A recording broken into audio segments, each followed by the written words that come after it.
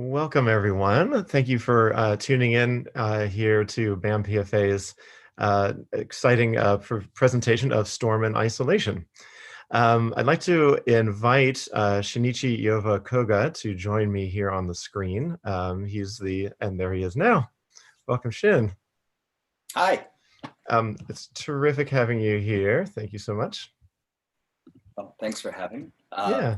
There, the old Berkeley Art Museum. Yeah, it looks like I'm in the old building of BAM PFA. And I should mention that Shinichi and Dana, who will join us later on, are actually, and there she is now, are actually in Luzern, Switzerland, or a suburb thereof. So this is a piece that was created and recorded in a different time zone, and but all of us are in isolation, of course. So it's really great to have you here and to talk about this new piece. So what we're going to see, just so everyone watching is aware, we are going to see this new work, which is about 40 or 45 minutes long, called Storm and Isolation. But that'll be bookended by some music videos, essentially, by the musician, singer, songwriter Cameron McDonald. So the first thing that you'll see is actually a song by them. Then we'll come back and talk a little bit, and then we'll have Storm and Isolation. Then we'll see two other songs by Cameron. Then we'll talk a little bit more. And Shinichi will lead us on a little exercise at the end. It's going to be quite a panoply of exciting things that we do today. So thanks to everyone for tuning in. I also want to encourage everyone to use the chat box on YouTube to ask questions, because we will do a Q&A with the artists involved, including Suki O'Kane, who wrote the music for the piece that you'll be seeing. And I think that's about all we have to talk about. Is there anything else you wanted to mention, Shinichi, before we start? You covered it, Sean. That's great. Thank you. Okay. I also want to give a big thanks to Dave Taylor, who's running everything from behind the scenes, and to the staff at BAMFA, of course, and thank all of you for tuning in. And the first thing we'll see is the first music video by Cameron McDonald.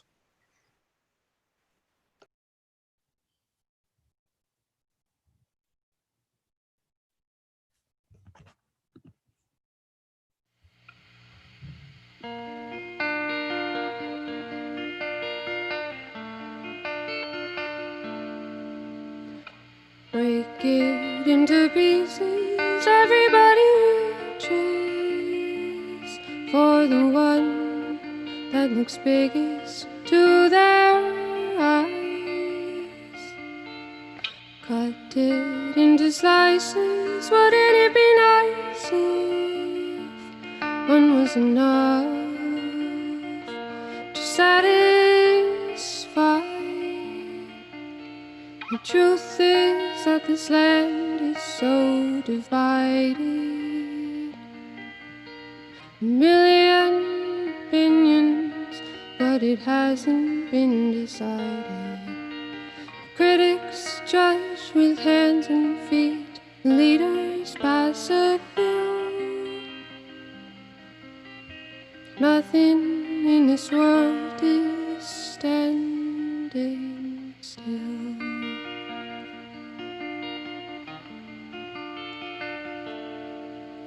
Before the Spanish settlers claimed this land, Ohlone had the water, they had the water. Bathing, fishing in the bluest depths, and I imagine bathing with the otters. The truth is that this land is so divided. A million opinions, but it hasn't been decided. The water level is rising, and the clock is counting down. For too long, this place won't be around.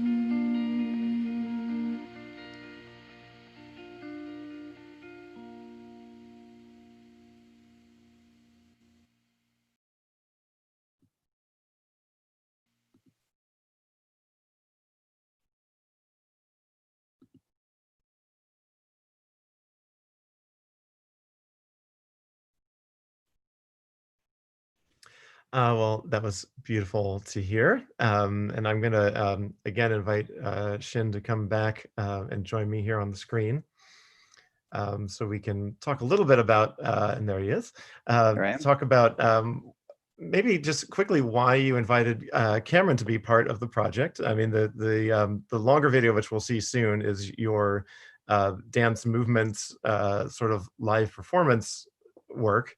And Cameron's is them sitting at home playing guitar. So what's the connection there? Why did you invite Cameron to be sort of part of the overall project? Well, the way in which it's being presented right now is very different from how it was planned, because we're in isolation right now. Sure. So originally, we had a number of different small performances, some of them in California, some of them in Switzerland. And these very small performances, which Suki and Cam and Dana and I primarily worked on and developed, was leading towards a final premiere happening at the San Francisco International Arts Festival. And that was supposed to happen in May. And of course, Right. you know, it got Did not canceled. happen, yes. Yeah, it did not happen. So what would have happened normally is that we would have been in the studio together, doing an intensive in the same room, getting something together. So there we were. We were left adrift to a certain degree. And then, goodness, I got an invitation from you, Sean, to do something for this program.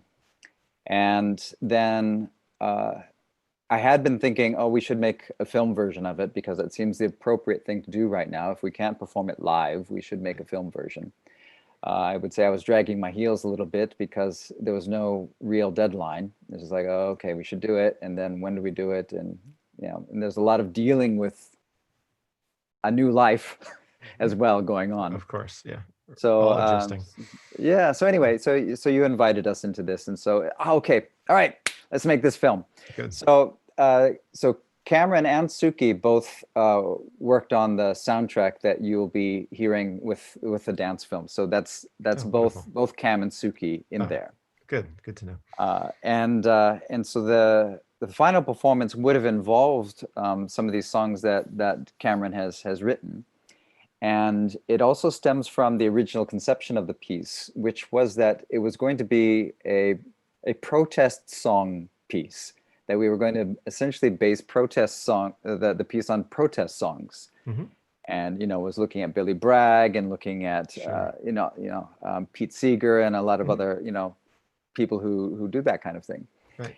And the piece moved on from there. That was the initial impulse.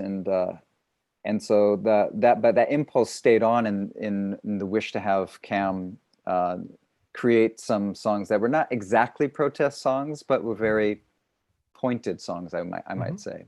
Yeah, that's definitely comes across too. And having seen the video for Storm and Isolation, I can already see connections forming. So I'm excited to see everything back to back, as I hope all the viewers are as well.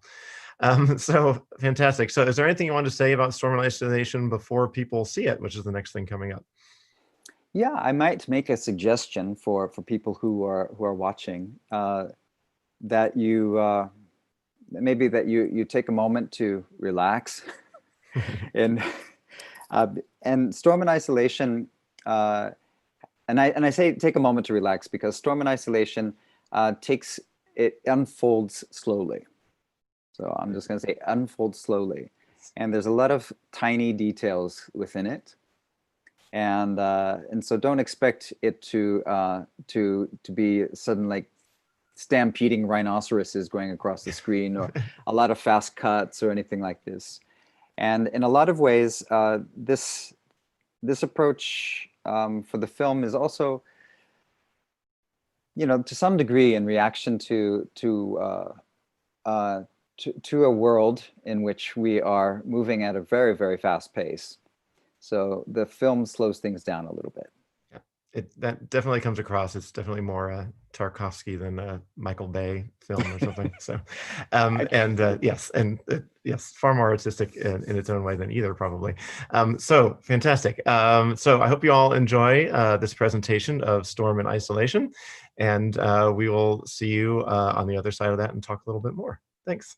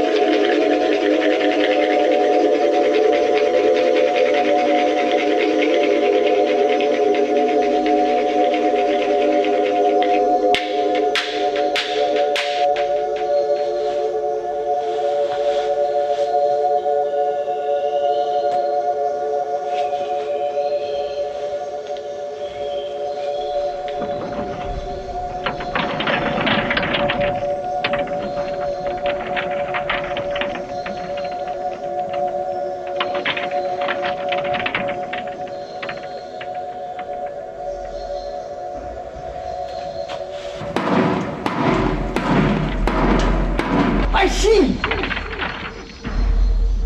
And we do not see! We have!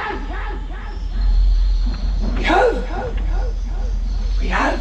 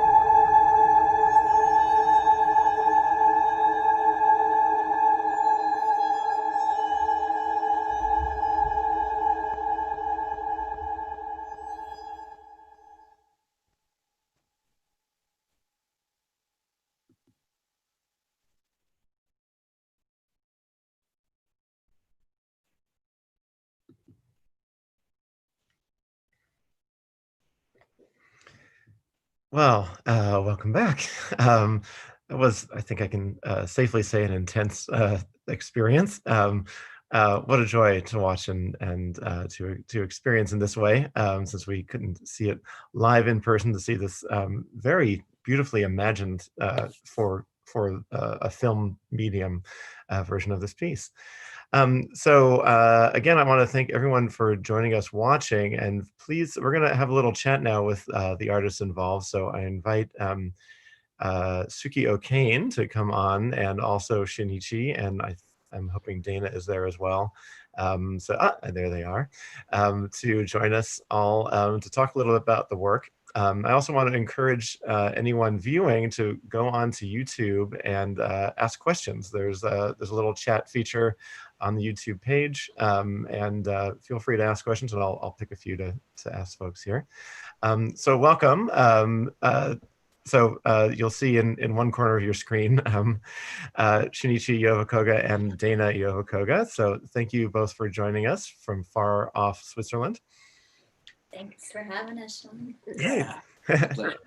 And in another corner, you'll see Suki Okane. Thanks, Sean. Yeah, who did I'll venture to say most of the music, although it sounds like there were, no, not most, okay, or a lot of the music. It's assembled, and all sound was contributed by everyone. Right, So, including Shinichi and Dana's precocious offspring. Nico. Yeah. He's an excellent microphone tapper. Yeah, so it's about a quarter of the way through the video. You may have heard a lot of what sounded like someone tapping on a microphone, and that was included in the raw sound for the piece, which I appreciate and enjoy a lot.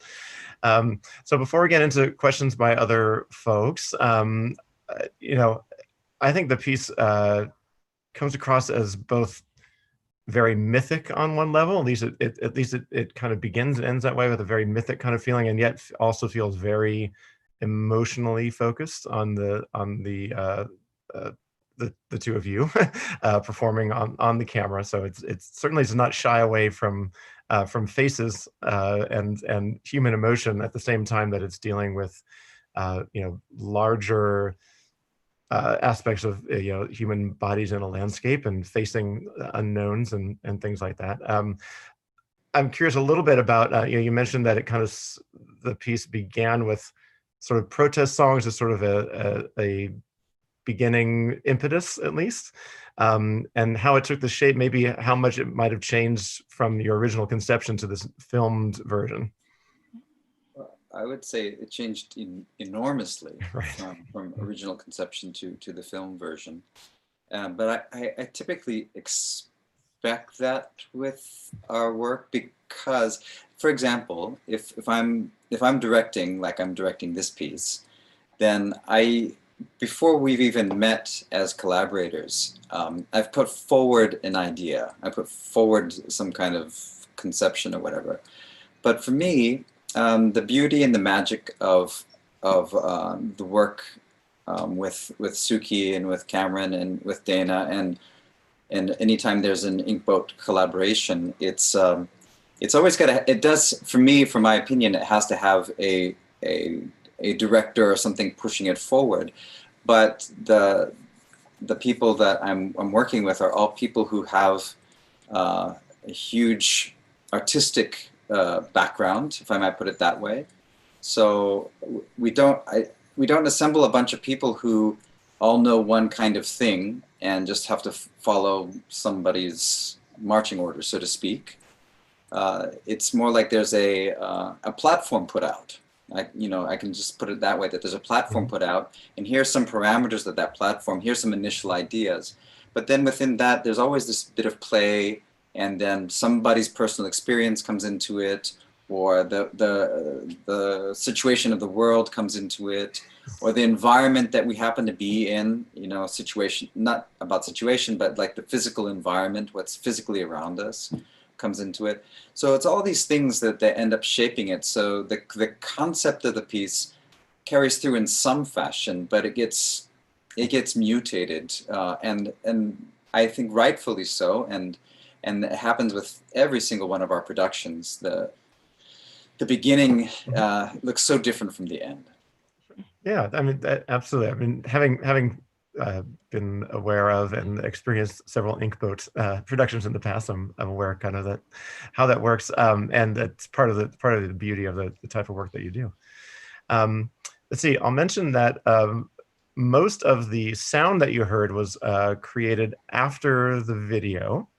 It's some obviously while the video was happening, and then but a lot of the things that sounded maybe perhaps more stereotypically musical were overlaid after the fact, and a lot of that was by Suki O'Kane. So I wonder if I could ask Suki what it was like with in this particular project. What sort of materials did you use? How did you approach it? What as a composer and a performer?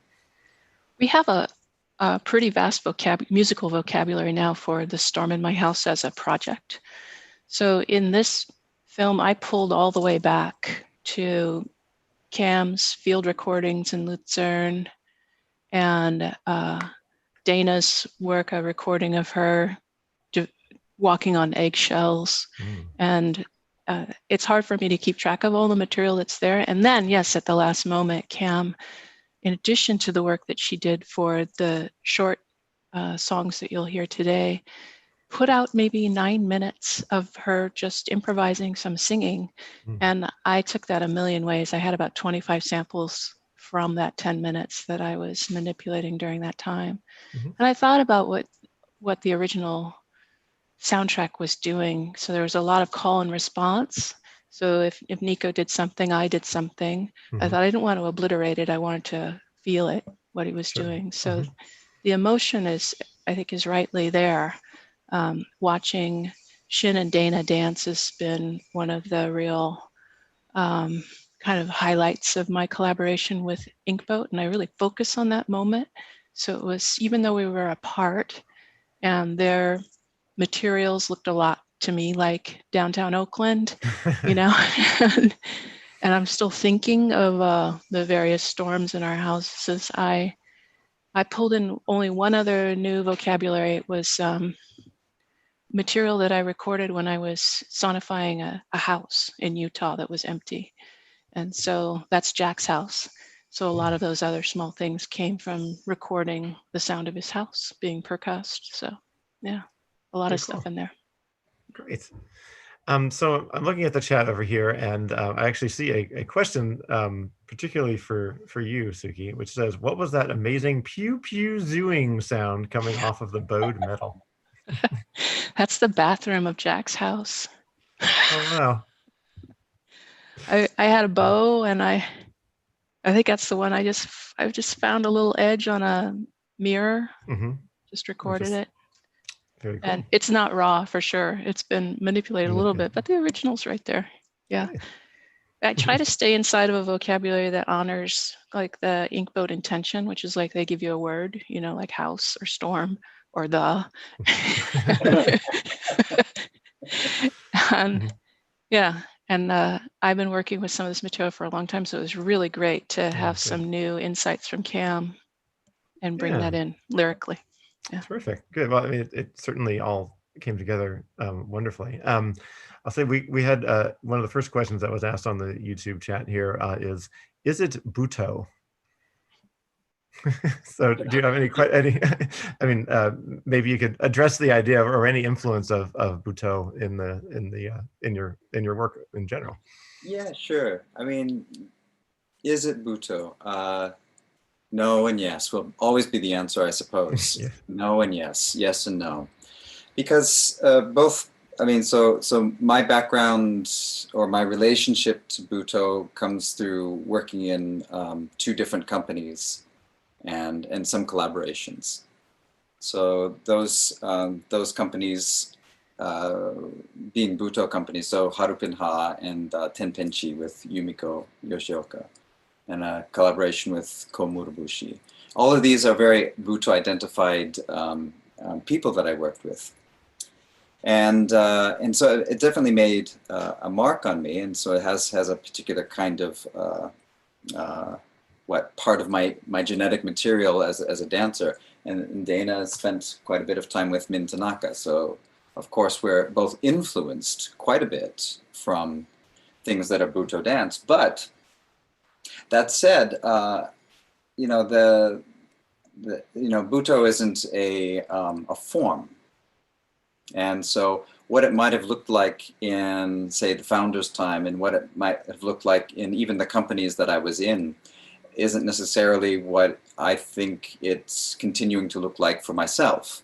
You know, it doesn't matter what other people are doing. Then when you have a name like Buto, and when you have really strong images connected to what it is, then that's when I shy away from the name.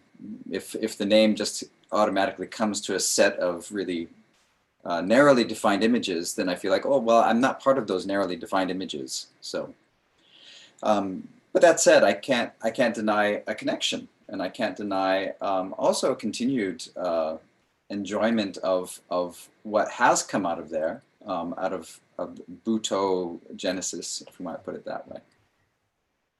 Great.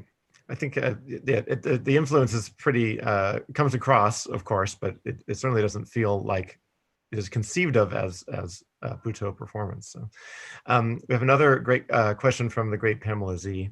She says, Shin, you're credited on camera, but for so much of the work you were in the shot.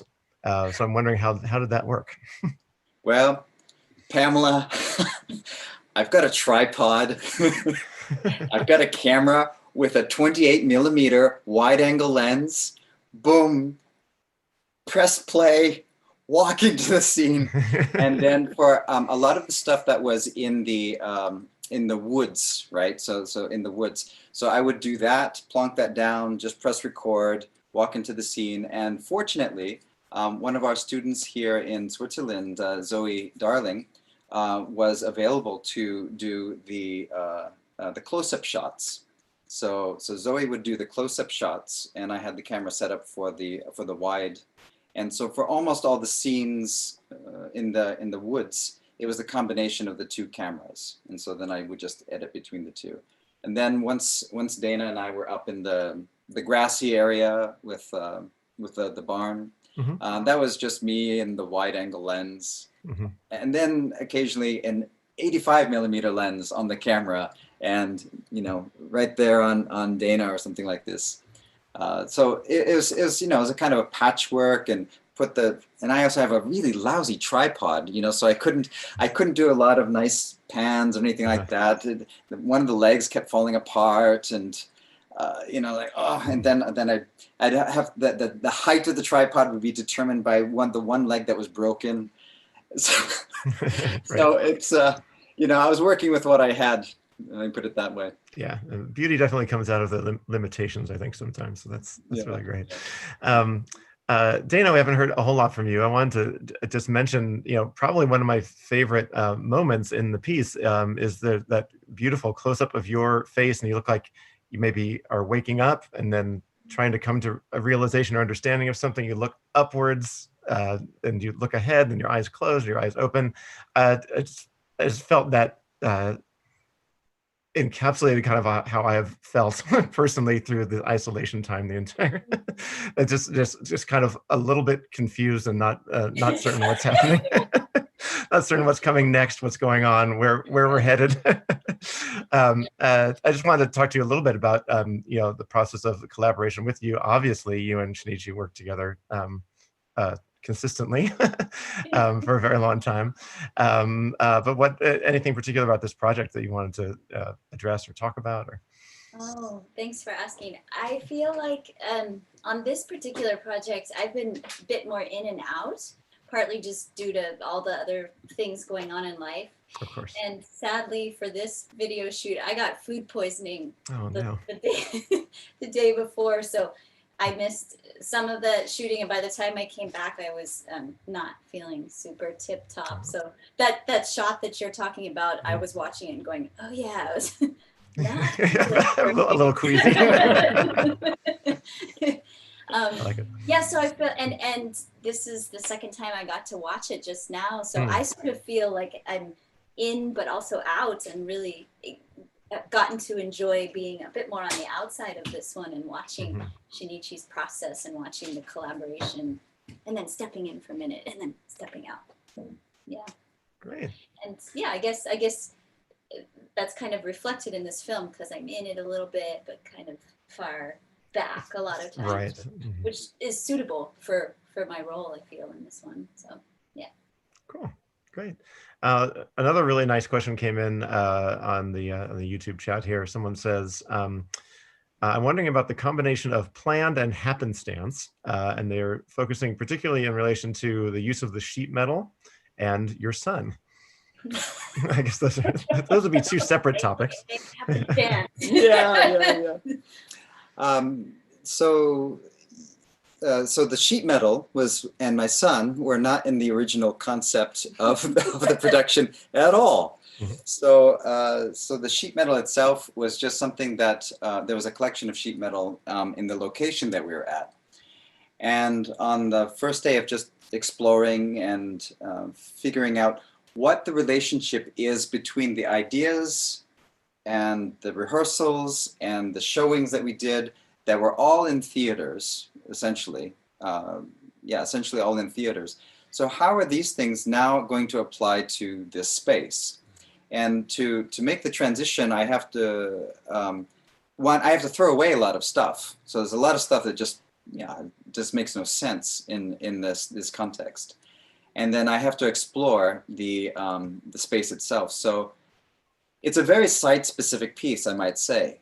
And then the only things that felt like they came out of previous rehearsals or showings, and I feel, and talk to me about this, or talk to us about this later, Suki, but I feel similarly with sound, that both the movement and the sound, the relationship to the environment had to change what the piece was. Otherwise, it would be an imposition of something, and then the environment simply becomes a decorative background. So it needed to be interacted with. So the sheet metal was of the place, and the sheet metal was had a patina in a way that felt completely in keeping with the texture of everything. And then about my son, who just turned on a little thing and ran away over there. He was there because Dana was, where were you? Dana was elsewhere. I don't know where Dana was. So Nico's hanging out with me, and and he's doing great. He's playing around with things, including the microphone. I mean, I've got this shotgun mic on the camera, and it's got all this padding around it. So the sound you hear was this like kind of poke, poke, poke, poke of a thing. So there was that aspect to it, but he was also playing around all the time. And when I saw him playing around, I always feel like if I see him playing around naturally, the conclusion I come to in my head is that he's a far better dancer than I am, right? Because he's a natural. That is to say, he's just behaving naturally. Of course, he does things that are kind of hammy, or does things for the camera, or makes faces, or does this sort of thing. But there's this way in which he plays when he's not necessarily thinking he's playing for somebody. That is, that's where I would like my body to be. I would like to be able to have that kind of pure sense of play, and start to turn off my compositional mind or my sense of how this looks for the camera or any of that kind of stuff. So yeah, there you go. Wonderful, great. Suki, I wanted to ask you too about if the sort of natural environment and material environment of the video that was created and influenced your choice of materials for sound in any way. Yeah, for sure. I thought it was really lush. I've been to Luzern to work with Dana and Shin, but it was cold. Actually, it was strangely balmy, but it was winter. So I was really transfixed by all the green, and I was lucky in that regard that I was able to get inside the sound of the things they found and match it with some of the things I had found along the way in this project and beyond. So it was a duet for real. But it was nice to see it. It was kind of my second time seeing it as well, Dana, and just to see how it all came together. It was pretty good. Yeah. Wonderful. Okay. So I think we might do next is we have 2 other songs from Cameron McDonald, who, as you heard, contributed a lot of sound to our to the sound environment for the piece you just watched, Storm and Isolation. So we'll have a couple of solo songs from Cameron, and then we'll come back and chat a little bit more. Great.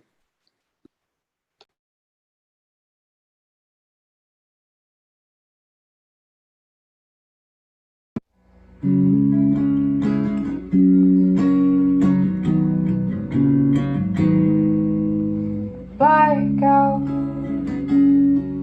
in modern times, lost sight, what we're trying to find, shortages in modern age. Apologize before you disengage. The more you can divide your mind, the less you'll seem to fall behind. Sacrifice that doesn't measure up. Your mind is on its next surprise. Satisfaction never lasts. Work twice as hard whenever things get rough. You do things but never feel done. And what is the price when you finally won? Flip the switch and shut the lights. Power down your heart light. When everything's like something and you're measuring time, it can feel so hard to unwind. Shortages in modern age, too little time in a single place.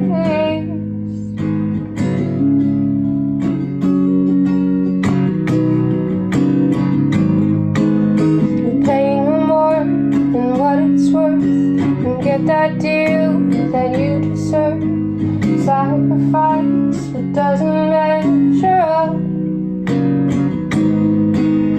Calculate your worth in time, and minutes are all monetized. Saving yet you never have enough.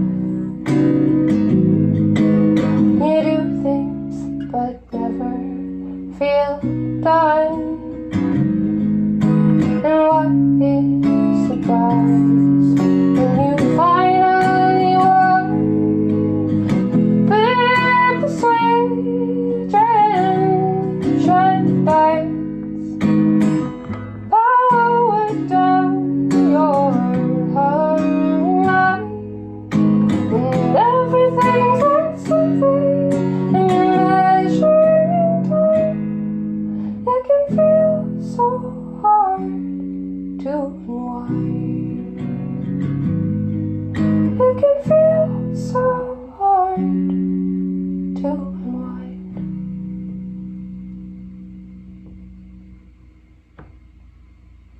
So the song In the Modern Times was initially inspired by the scheduled blackouts that were happening all over California, and which were described as a preventative measure for the forest fires. But it feels uncannily relevant to today too.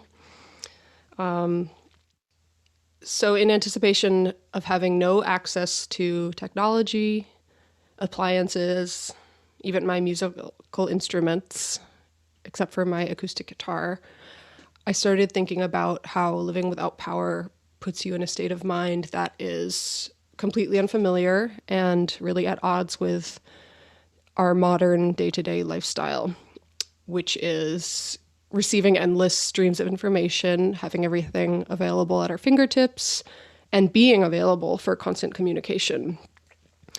In general, being fully plugged in maybe a little mentally checked out.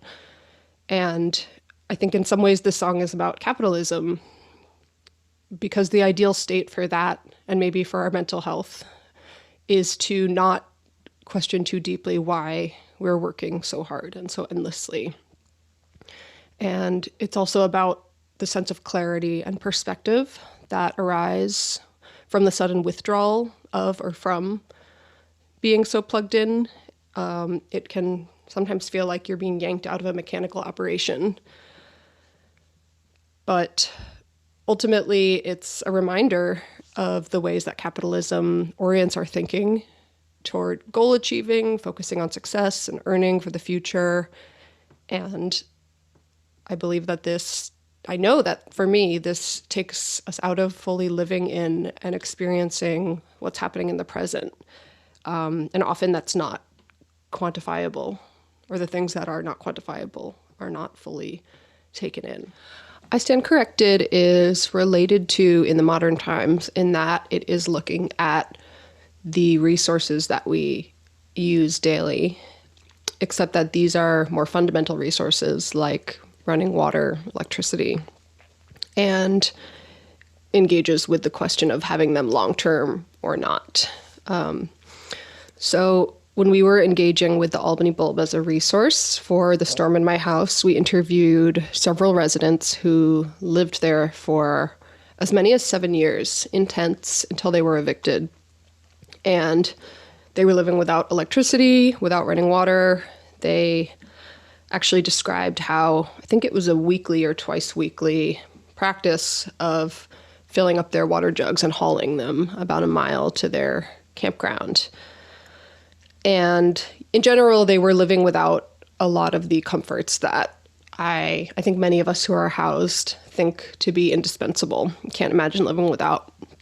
And so as we conducted these interviews and I reflected back on the recordings of them, I was struck by the awareness that I had gone into those interviews feeling sure that I had the better quality of life and kind of expecting to hear how hard it was. And then as I listened to them describe their lives on the Bulb, I realized that they had been just as happy, if not happier, than I was. And they described so many of the things that I associate only with taking a break, like waking up to the sunrise, watching the sunset, not being attached to my phone, noticing all of nature's beauty, and essentially just being fully present in the now with life as it happens. So all of these were just matter-of-fact daily practices for the Bulb residents. And the contrast between our lifestyles became clear, and the song began to arise when we were sitting in a grassy patch in the shade, looking out at a view of the water, and I had to leave early to get to work. And I rushed to my car, got on the highway, and sat in traffic for almost an hour. And I thought, I stand corrected. I flipped the switch, turn on the faucet. You light your camp stove if you've got it. You've got some work ahead, carrying water. I've got a filter, I hardly bother. I've got my highway drive ahead, and you've got the sunrise from your bed. I never could afford that kind of view. You're patching holes up in your tent. I spend my livelihood on rent. I don't know why I chose to work the way I do.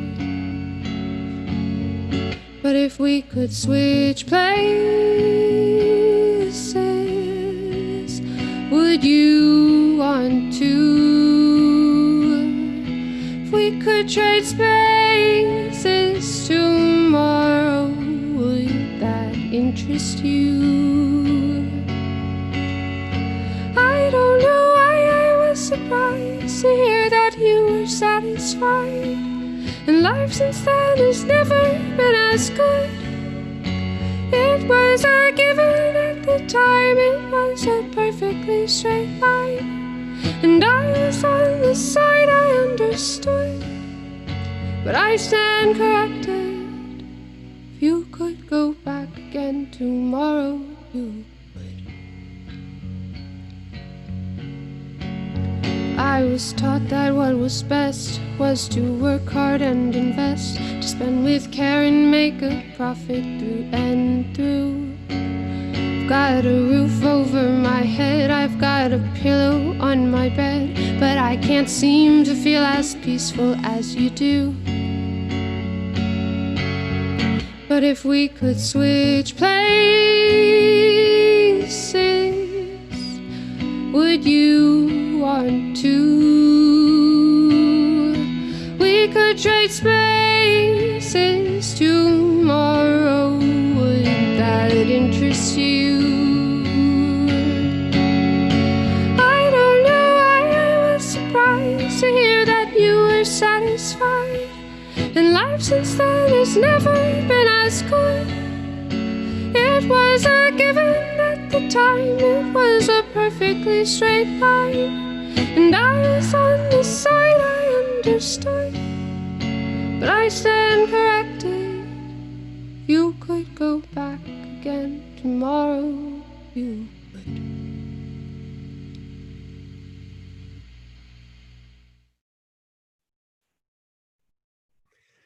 Well, certainly a couple of beautiful songs there from Cameron McDonald. Cameron couldn't join us today because she's away from internet at the moment, but their songs are just truly beautiful. I think could definitely say in that Billy Bragg tradition, at least maybe I'm making that assumption because it's just their voice and electric guitar.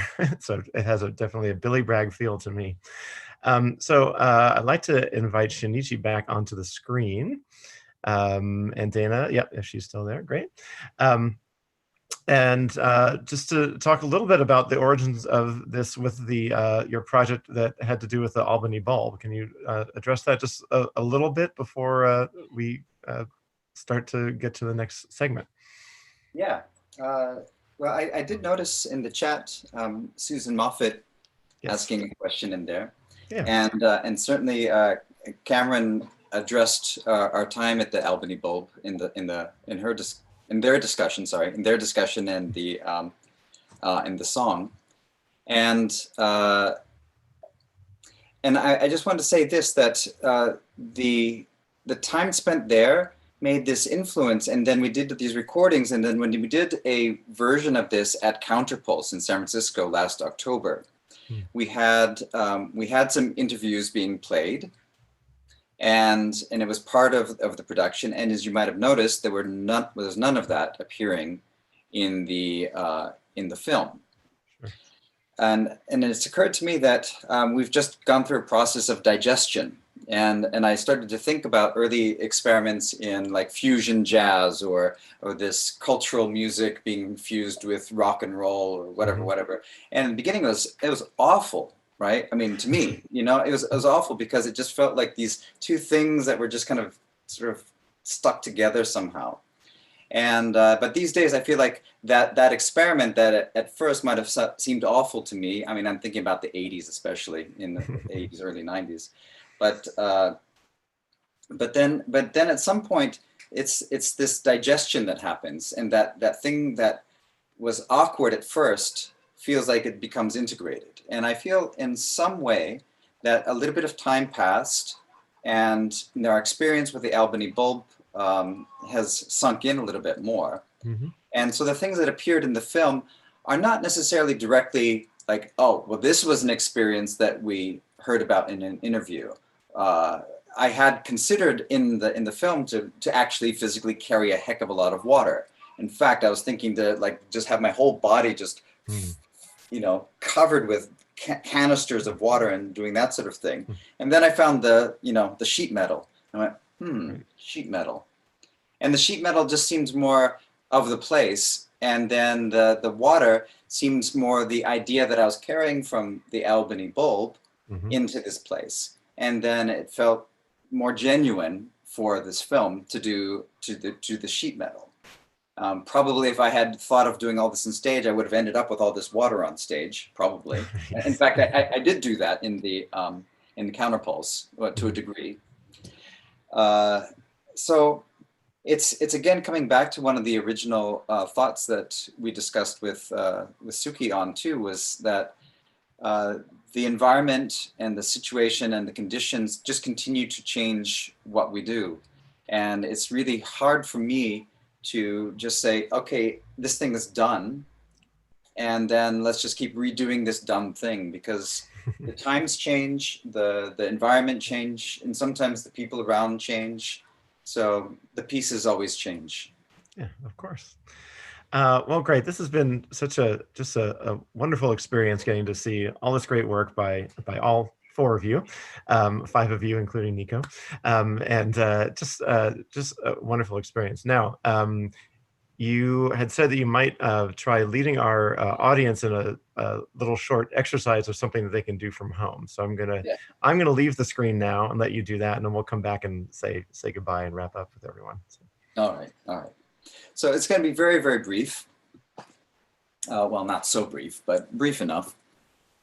And for those of you who are sitting in a place where you feel like you've got some quiet, it'll be a little bit easier than if you are in a crowded space, perhaps. But even in a crowded space, it could function. So let's just do this. What I would like to do is get this quality of sensing our bodies. You know, many practices do that, and certainly for our dance practice, that's part of it. And certainly for our movement, we think about the movement and where it arises from. So let's look at a simple from, breath. So breathing, if you breathe in, you feel the lungs and you feel the rib cage as well. So just notice the breath and notice the effect on the rib cage, because the rib cage is a major part of the central part of your body.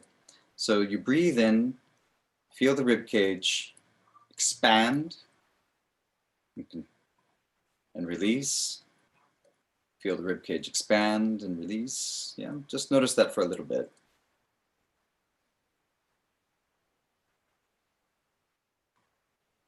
And so now, keeping your attention on the rib cage, just notice the spaces around the rib cage, underneath the rib cage, both interior and down, and how that's getting affected by the breath.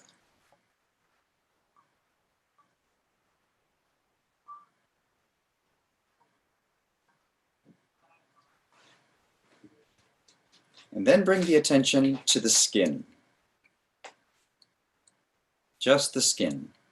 Skin on the arms, skin on the back of the neck, skin on the face, skin under the clothes.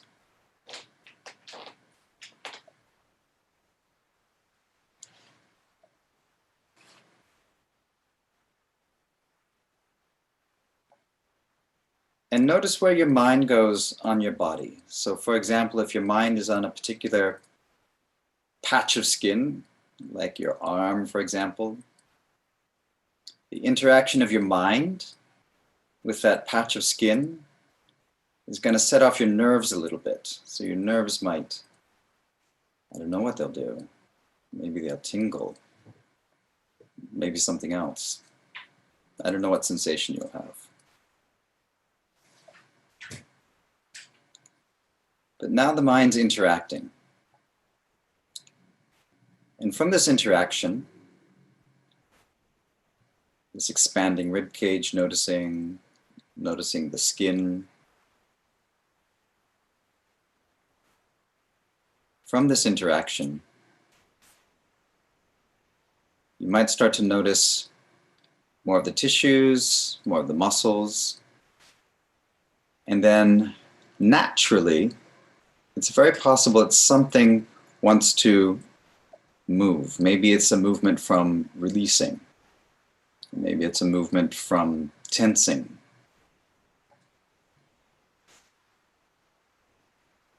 So for example, as I'm going through this, I'm noticing that essentially my lower back is going through a little process of expanding, contracting.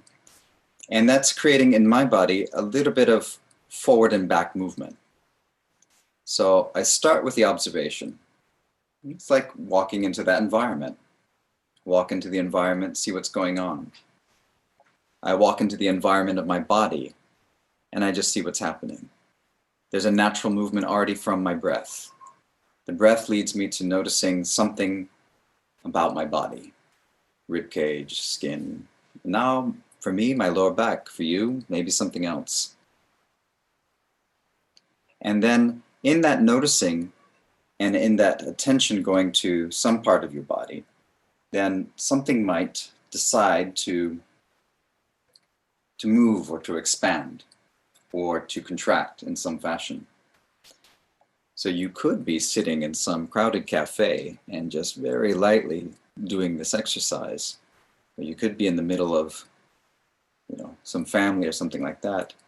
And you could look really weird, but you can also do this very stealthily. So it's a little dance for yourself.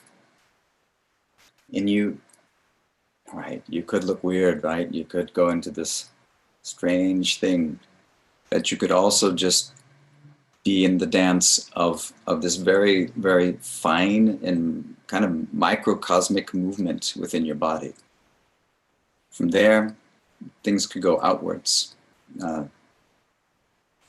You can go anywhere from there. So just take another moment.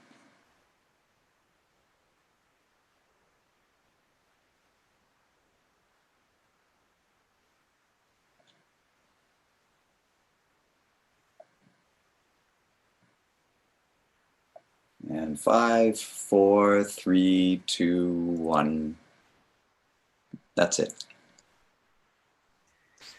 Thank you so much, Shinichi. I was sitting here doing it along with you, so that was a lot of fun. I hope a lot of our viewers were doing the same.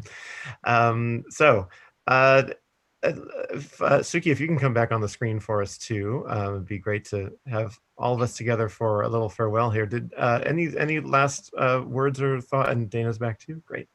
Any last things anybody wanted to say or to put forward or ask? I just have gratitude for us being able to do this work together, and thank you, Sean, for allowing us to connect with people today. I'll just say a big thank you again to the staff at BAM-PFA and to Dave Taylor. And of course to everyone, Cameron McDonald in absentia, and to you, Suki O'Kane, and to Shinichi and Dana Iova-Koga, and Nico also. My name is Sean Carson, and on behalf of BAM-PFA, thank you all for watching, and thank you to the artists for contributing this really amazing work, which we're so happy to host. All right. Thank you all very much. Thank you, guys. Stay safe, everybody. Goodbye, everyone. Stay healthy.